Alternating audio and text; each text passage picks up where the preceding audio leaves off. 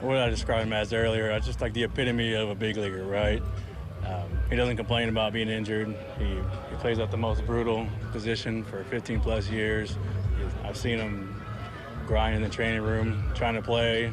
Sometimes he does, sometimes it doesn't work. I've told him just to hang out on some games because he's been in a lot of pain. But he's what you want, right? And a leader, and a veteran, and he takes care of the young guys. And I was one of those young guys when I first came up. He was there for my first big league game, and it's kind of special to be here for his last. True professional. I got to play with him the last couple of years. I never really seen him mad. Always brought that smile, always brought that energy.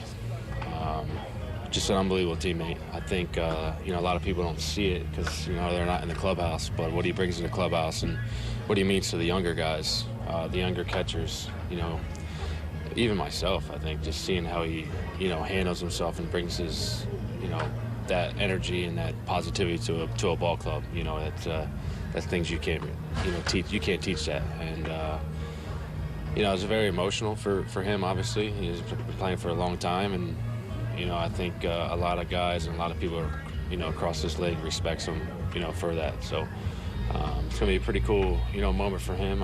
He started here and, I guess to finish here. So it's pretty cool what the Angels organization did for him these last few days and a few weeks. It means a lot to him. I know that. I talked to him personally, and it's been great. I think Zook's the example of a professional. We're all professional baseball players, but the way that he's gone about his business at the major league level for the last 16 years is unbelievable. You talk to all his former teammates, and he's a guy that everybody loves. He cares about him. He works hard. He's there for everybody. And for me personally, I was in camp in 2010 with Oakland, and I was an 18-year-old kid, and Zook was the guy there. It was his second year in the big leagues, and I'll never forget that, the way he treated me, the example that he showed me, what it took to be a big league catcher, and I never forgot that. It's come full circle for me to be able to play with him and see the end of his career. It's very, very special.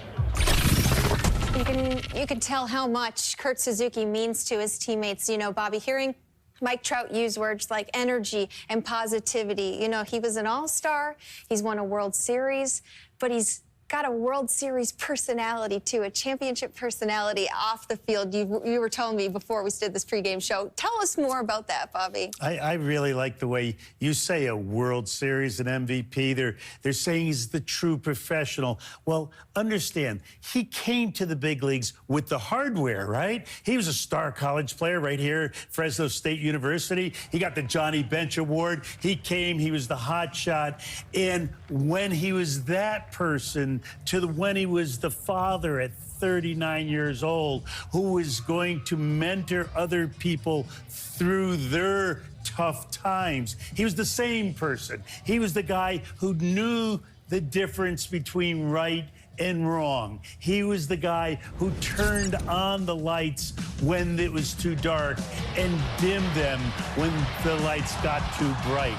Everyone respects the fact that he came to work every day, and that's why he's called a true professional. He understood his job behind the plate and at the plate, but he also understood that people were looking to him for the right answer, and very often he had it. How valuable of a player has he been, just like you're saying, kind of mentoring these younger people, too? Well, very valuable for that, and that will come up out in the wash. But, the Whales could have come off this bus this year.